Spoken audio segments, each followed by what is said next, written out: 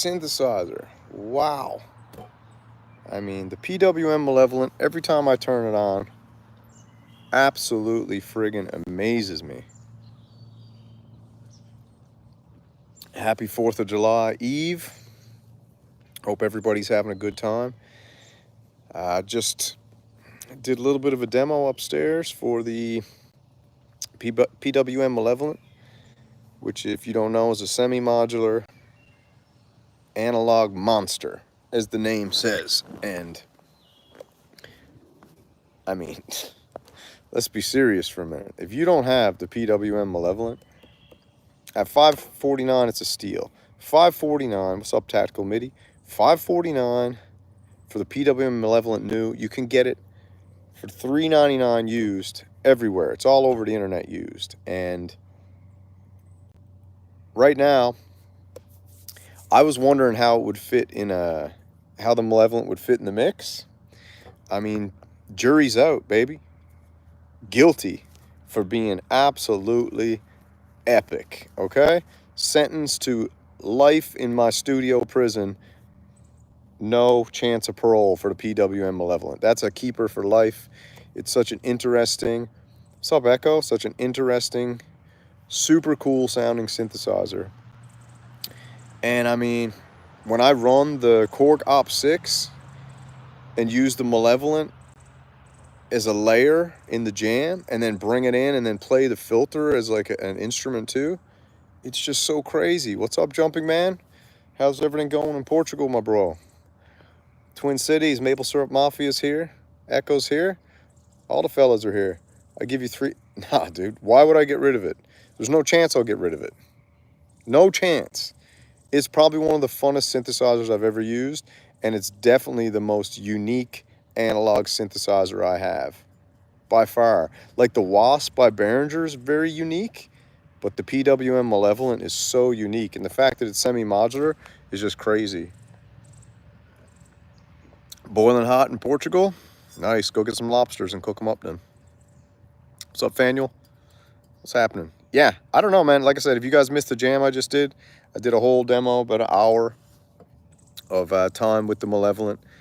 And man, is it epic. Let's be serious. You think I'm going to go out and buy a friggin' Oberheim TE05 for $1,400 for a module, baby? You kidding me?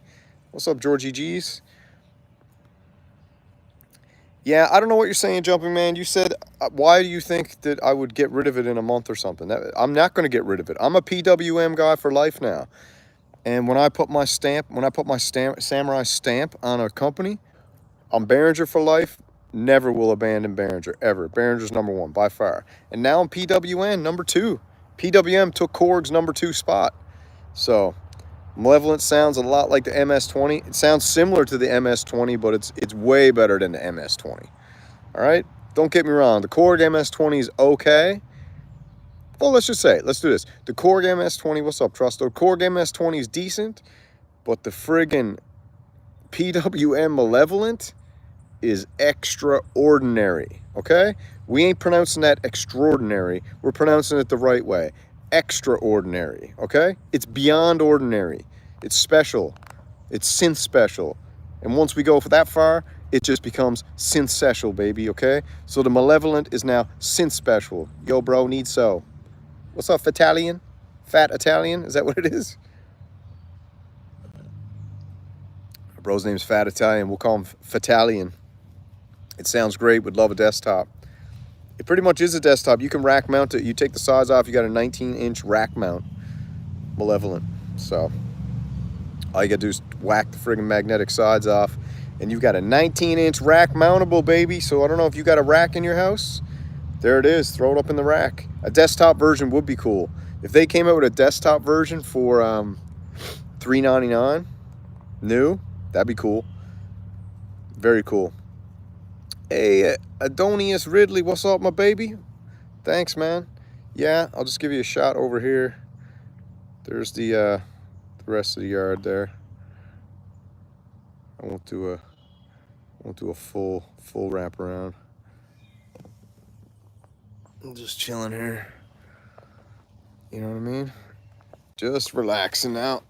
Like I said, this is a post-jam after party. Check out the shirt. It's the Viking Renegade logo. Yeah, so we're just chilling here. Yeah, dude, you can tactical MIDI. You can rack mount the Malevolent, or not rack mount it, but pairing it up with your Arturia Mini Brute, dude. The rack mount the Malevolent with the Mini Brute, and then you can use the Malevolent also as your MIDI controller for your Mini Brute, bro. Easy buy. What's up, Meryl? You're back. What's happening? What's going on? What's the plan for the 4th? We got some plans. We're just doing our thing. Going to be doing a bunch of things. One thing, we're going to be trying to get rid of these moles. They keep digging up the backyard, so I got to get rid of these moles, and if I get them, I'm going to barbecue them. I'm going to barbecue these moles so all the other moles around here smell what it's like to have their friends cooked, and then they'll hopefully won't come around anymore. I got a few rabbits too. I'll probably have skin as well because they're eating all the veg in the garden. So I'm going to have to snare those rabbits, skin them, and then I'm going to have to throw the pelt up on the fence to as a symbol to be like, it's up to you guys. This whole yard is big enough. You can eat whatever you want around the forest, but stay out of the fence, and I'll hang the rabbit pelt on the fence, or I'll hang a rabbit foot off the fence. Maybe. But got to do some mole stew. Squirrels around here are fine. Chipmunks are fine. Deer are fine. They don't mess with nothing. It's the rabbits and the friggin' moles. It's either moles, voles. If you don't know what a vole is, it's like a little mouse. V-O-L-E. And then you got the mole, but it might be bigger than a mole. I mean, look at this. Look at the size of the friggin' mound we got here. This is what they're at, huh? Digging up these mounds. Got them everywhere. You can't really see them back there, but got them all over the place. It's annoying. So, Kendrick Lamar shot. Everyone wants it. Everyone gets it. Mole and rabbit stew. Yeah, nothing wrong with it. Nothing wrong with a bit of a mole. That's what we'll do tomorrow, 4th of July. Mole hot dogs. Relocate them humanely. Nah. Time for time for animality is over. They had their chance. I bargained with them. I talked to them. I said, fellas, listen, why don't you dig up the perimeters? Why you got to dig up right in the middle? If you keep this up, when 4th of July comes, that's the deadline.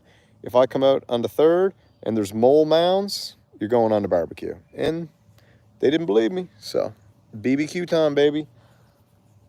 Mole stew, mole hot dogs, mole whatever. So, no. I got no ride mower, bro. I got a push mower. You see it over here, look. I'll zoom in for you. There's my lawnmower right there, look. Good old Honda push mower. I mow this baby with the push mower, baby. Moles are peaceful? They ain't peaceful. What they do is they leave pieces of dirt all over the place. They ain't peaceful. I'm peaceful, bro. I'm peaceful. And, but there's a time for peace and there's a time for war. And we all know this all too well, so time's up. Anyway, enough about the moles, but I got to get the PWM Mantis now. It's a workout. Yeah, it's a workout. Probably takes me to mow this lawn with the push mower. Takes me end over there in the front. Probably takes me 3.5, 4 hours probably to mow it. So the synth world is pretty calm these days. No one's actually, it's not very calm actually. I thought it was calm, but then there's always dirt bags lurking, you know, trying to mess everything up. Friggin' power hungry control freaks who just want to try and run the show, but they're a bunch of idiots. PWM rep. Yep, I'm the unofficial global ambassador now for PWM. Unofficial, I am the new global representative, and the rep, I guess that is representative for PWM. I will be the global ambassador for that company now until the day I pass away, just as I am the global, unofficial global ambassador for Behringer and the head of the Behringer Bros organization. So that's the way it works. CEO of Punishment Park. You better believe it. You better friggin' believe it, baby. So, like I said, now I think after we've like resurrected the PWM Malevolent and we got it back on the scene and we've all got some good demos going, and I think since we brought it back into the zeitgeist and now we've got the PWM on the move again, a bunch of people have bought them and you'll start seeing some cool stuff. What we got? Adonius Ridley, baby. When do you think Behringer coming out with the JT16 and the other synths? I'd say if I was a betting man, you're going to probably see the Neptune 80, which is the Juno clone, which I believe might end up having a new name. We'll see. I think we're going to see that. If I was a betting man, I'd bet on July. I don't know. July or August, I'd say. They're due. They're right ready to go now. I mean, Behringer has been dropping some cool stuff. They dropped some great headphones, some great speakers. They did a great mic remake, the black mic, the BM1 mic, I think it's called, or something like that there. So I think Adonius Ridley, baby, I think we can expect a beautiful new Behringer synthesizer, or even a couple, but definitely one in the next couple months for sure. That's what I'm betting on. I'm just guessing, but you know, they call me synth clairvoyant, so sometimes I got a feeling it's coming.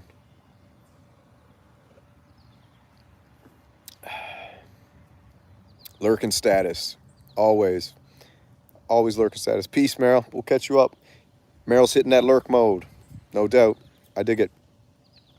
But yeah, man. So I just want to give some shout outs, some cool shows, man. I just feel like the beautiful thing is like before in the, let's say in the last couple years, the whole synth tube, gear tube scene, you basically had to wait for a new synthesizer to come out. Then you'd get a Synth Mafia tsunami where the embargo lifts, and then you get a brand new synthesizer with 100 videos of that synthesizer. Then you'd never see it again. That was the old guard, okay? That was the old guard who would take a free synthesizer, do a crappy demo, okay? And then we'd see, say there's 100 demos of a synthesizer, we'd see 90 crappy ones, 10 good ones, and then you'd never see that synth ever again, aka the Pro 3, aka the Malevolent, aka the Mantis, aka Rev 2, aka Korg Prologue, aka all these wicked synthesizers. You'd never see them ever again. But the new guard of YouTube, the Get Jervises, the Echo Crafts, the Hans Volts, the Apollo Hanzos, okay? The Symptoms of Reality, like this new guard, now there's a whole ecosphere, an ecosystem of creators who are, you don't need to wait for a new synthesizer. You've got guys out there now who are just actually not giving you a mercenary commercial, a contracted commercial for a synth and you never see it again. You got guys out there demoing them, doing 4, 5, 6, 7 deep dive demos, live stream where you can actually interact with them. You know, you've got channels like Symptoms of Reality out there doing amazing jams, okay? And then you've got great conversations where they're actually taking their community, bringing them on their show, and interacting with each other. Nobody's doing that kind of thing. It's really cool, and it's, you know, it's high risk, but I mean, I think it's also high reward. And then you've got amazing people like Apollo Hanzo, Twin Cities Oxygen, Harmonic Sonics, The Machines One, Echo Craft, Blairy's Beat Lab. If I'm missing anyone, just let me know. There's so many now that we don't need to be waiting for demos of new synthesizers. And guess what? When the new ones come out, you'll get the Synth Mafia commercial. Then what you're going to do, you're going to get all the Renegades who are going to go out buy with their own money, and they're actually going to give you the real demo. They're going to give you an hour, a 2-hour, a 3-hour live stream where they're sitting down with you and they're playing it, and you get to ask questions and talk about it. That's the Neo Synth Tube, okay? It's not the old crap no more. You're not going to be tuning into a friggin' show and getting blasted with software because people are getting sponsored by software companies, so the whole show is about friggin' software. All right? This is the entertainment era. I call it the attitude era, but some people think that the attitude era has a connotation. But if we look up the definition of attitude, can somebody copy and paste, Echo? Can you copy and paste the definition from Webster's Dictionary of attitude? Paste it in the chat, because the Attitude Era is about personality. The Attitude Era is about, it doesn't matter what synthesizer is being demoed. It doesn't matter what's on the channel. It's the attitude and the personality of the person who's putting in time and putting in hours and interacting with their community live, okay? And a lot of the big dogs are trying to switch over. You've seen it. They're out there, hi guys, I'm going to make a second channel because I really want to do what I want to do. I just don't want to be a contracted marketing agent for gear companies. So I'm going to make a second channel, but don't worry. I'm going to be honest on this one, and I'm going to do what I want, and I'm going to go live, because if I go live on my main channel that has 50, 60, 70, 80, 100,000 subscribers, nobody's going to show up in the live stream, and then I'll be exposed. I'll be exposed to either me having bought my subscribers or the company that I was doing the demo buying the subscribers for me as a back-end payment for me doing the demo for the company. You see how that works? You send me a synthesizer or a piece of gear, okay? I'll take the gear, a couple $100, $1,000, whatever it is. Then the company on the back end goes, we just gave that guy a piece of gear. Now go over to Fiverr or one of these Chinese companies, buy a bunch of subscribers for him, and buy a bunch of views for him, buy a bunch of likes for him. Before you know it, you got cats out there with 200,000, 500,000, 60,000, subscribers, and they go live, and guess who shows up? Not 60,000 people. I'll guarantee you right now, if I spent years building up my channel the way I'm doing it to 60,000 people, I'll guarantee you right now, if I went live, there'd be 20,000 people in the live chat, 100%. Guaranteed. So you ain't fooling nobody. These dirty little tricks, you think you're fooling people? You think it's like, you think that we don't understand how things work? We ain't stupid, okay? We might talk a little different. We might act a little crazy, but we ain't stupid. So we know what's going on. So you can't fake it. You can't pretend that you just wanted to start a second channel because, you just want to double the work. You want to double the admin. You want to double this and double that. No. That's not what you wanted. You didn't want the veil to be lifted and you exposed as a total baloney pony rider, okay? And you are. We know the deal. And to be honest, I don't care. I just think I'm just observing the landscape and think it's hilarious. I think it's a hilarious thing to do. But anyways, I'm not out here to throw shade or anything. I'm just like, I think it's hilarious. I'm trying to actually just talk about the end of the old and the ushering in of the new. The new is people who aren't bought and paid for. The new is interacting with the community. The new is having a group of people that are out there and who are just doing it for the love of it. They're not doing it for a free piece of gear. They're not doing it to get a pat on the back from some knob at a convention or something. They're not doing it to get in there and go out for a drink and schmooze and do whatever you got to do to get the next thing. Because they already got a thing, okay? They got enough going on. That's the last thing they need to be up to. And God bless people like Jervis. Get Jervis. God bless Get Jervis. Get Jervis right now is doing Sequential Pro 3 demos. Where's the Sequential Pro 3 been? Somebody tell me. It's supposed to be Dave Smith prize synthesizer. Okay, it's not the Trigon 6. It's not the Prophet 5. Dave Smith's prized synthesizer for him, for words out of his own mouth, was the Pro 3 is the only synthesizer you will ever need to own.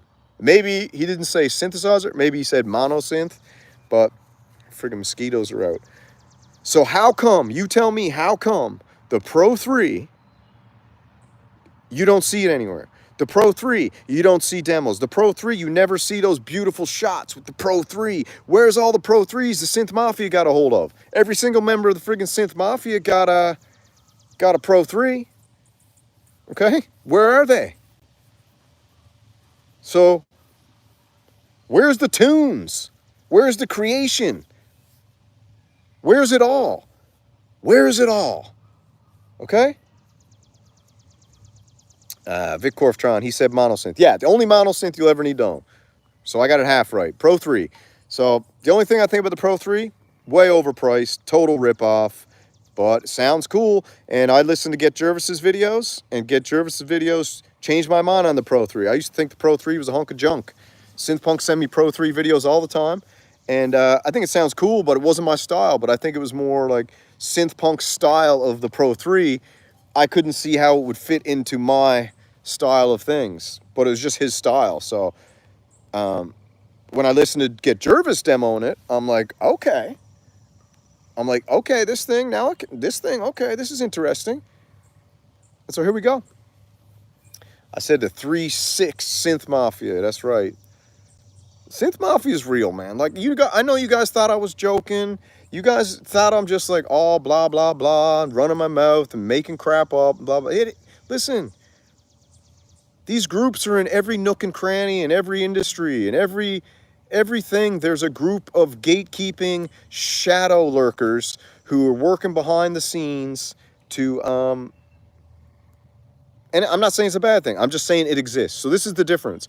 I'm not saying it's a bad thing. I'm just saying it exists. So this is what you got. You got the Synth Mafia and you got the Synth Renegades. The Synth Mafia are a bunch of paid, contracted marketing shills who get gear for free and then shill a video to you once and you never see it again. And the video's usually garbage, right? 90% of them are garbage. I don't even I don't even know why the companies give these guys synths. It's weird. But they do. And maybe it's because, I don't know what it's because. I don't know. I could have some theories, but whatever. And then you got the Synth Renegades. The Synth Renegades are people who don't give a crap, don't give a you-know-what about any of that. We don't want free crap. We don't care about free crap. Why would we care about free crap? We work. We got money. We buy stuff. It's like, it's a very easy equation. You go to work. You come home. You spend time with your family. You do the work you got to do at home. Then when you get those moments of space, you go into the spaceship with your synthesizers, the ones you've acquired, the ones you bought in your journey of building generational synth wealth. And then what happens? You enjoy them. And some very, very talented people out there and very generous people go live and they share these wonderful things with the community. And then the community then in turn says, you know what? That was cool, man. I think I'm going to go pick that up. And guess what? I don't get nothing. You don't get nothing except an absolute pure piece of unadulterated truth. Who's this Chicago drip or Chicano drip? I missed that. Hans Volt just nuked someone. That's cool. My sub 37 versus any Pro 3 DM me. Yeah, dude. You know what? Thank you, Daniel Ramirez. Appreciate the $10, brother. Very well appreciated. That will go into, as everybody knows, I got an Italian sub fund. Every live stream we do, the goal is to acquire $14 so I can go and buy an Italian sub with mayo, vinegar, oil, no olives, and 2 bottles of ketchup where I dip the butt ends of the bread in the ketchup. So Daniel Ramirez, I appreciate you very much, man. I appreciate the 10 buckaroos, baby. Thank you very much. Yeah, Fast Draw Hans, you screw around here, Hans got you. Don't forget to like the video if you like doing that. If you want to thumbs down it, and that's it. So yeah, that's the story of the Synth Mafia. But there's one more level to the Synth Mafia, okay? There's one, what sick MFer dips an Italian sub in ketchup? This one. I dip everything in ketchup. Ask Echo Craft. I put ketchup on everything. Everything. You name it. I make ketchup smoothies. I dip my lobster in ketchup. I dip the butt ends of my Italian sub in ketchup. I dip it all in ketchup. You know? If I was in that movie Alive where the plane crashed and all those people had to eat each other, I would have had a bottle of ketchup in my book bag. So yeah, the thing is, there's the Synth Mafia and the Synth Renegades. That's the 2 lines right now. Okay? The Synth Renegades are massive. The Synth Mafia are small. The Synth Mafia used to have a total stranglehold on YouTube. They were the only people who would have any of the videos and the views. And now they're exposed. Everybody knows what's up. And now the Synth Renegades are just overpowering the Synth Mafia in numbers. And the real numbers are in that people are invested. People come in and hang out in live streams and chill and get to know each other, make friends. Do you know how many people have gotten married in a Synth Samurai live stream? I think right now the count is, we've got 24 couples or something. No, 33. We got 33 couples that have got married from meeting in a Synth Samurai live stream. 33. I actually got a wedding next week that I can't go to, but I told them to send me pictures. So 33 couples, just because the Renegades been out there going for it, have met in the live streams, and now they're married, and now they're living happily ever after, having little renegade babies running around everywhere, eating mole hot dogs and having friggin' rabbit barbecue. It's beautiful, you know?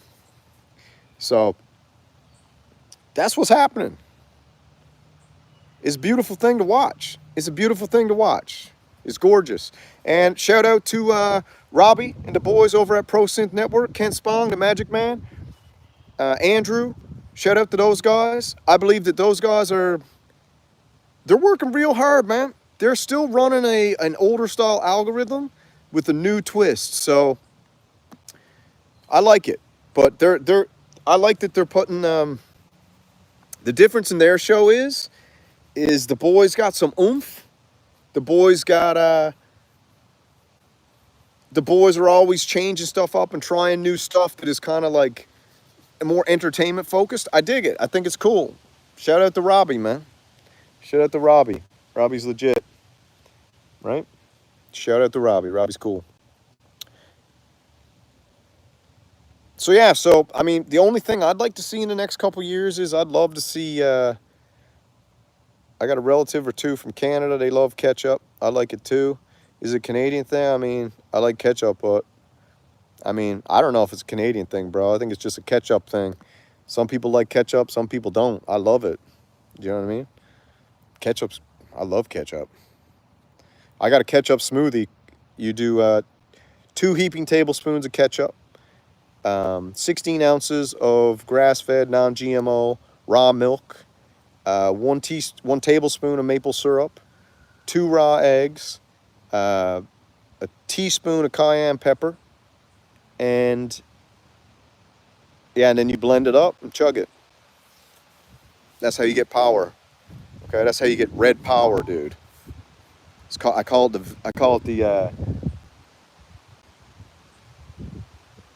the red velvet is what I call it. The red velvet smoothie is delicious. I dip my pizza in ketchup. I mean, what? Try it. I dip potato chips in ketchup. Listen, someone's like, man, I wish I had some chip dip. I'm like, bro, I got chip dip in the cupboard on friggin' on Mad Supply.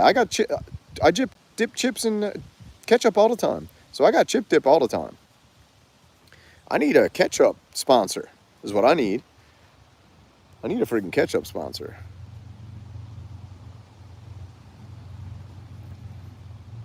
Oh, ketchup potato chips. I ate a whole bag of ketchup potato chips the other day. You see them in America now, ketchup Doritos. I'm not a huge fan of Doritos because whenever I go camping, I take a bag of Doritos as a fire starter because those things light on fire like they're flammable. You know what I mean? So yeah, that's what's going on. Where are you going? You going in, come back out? What?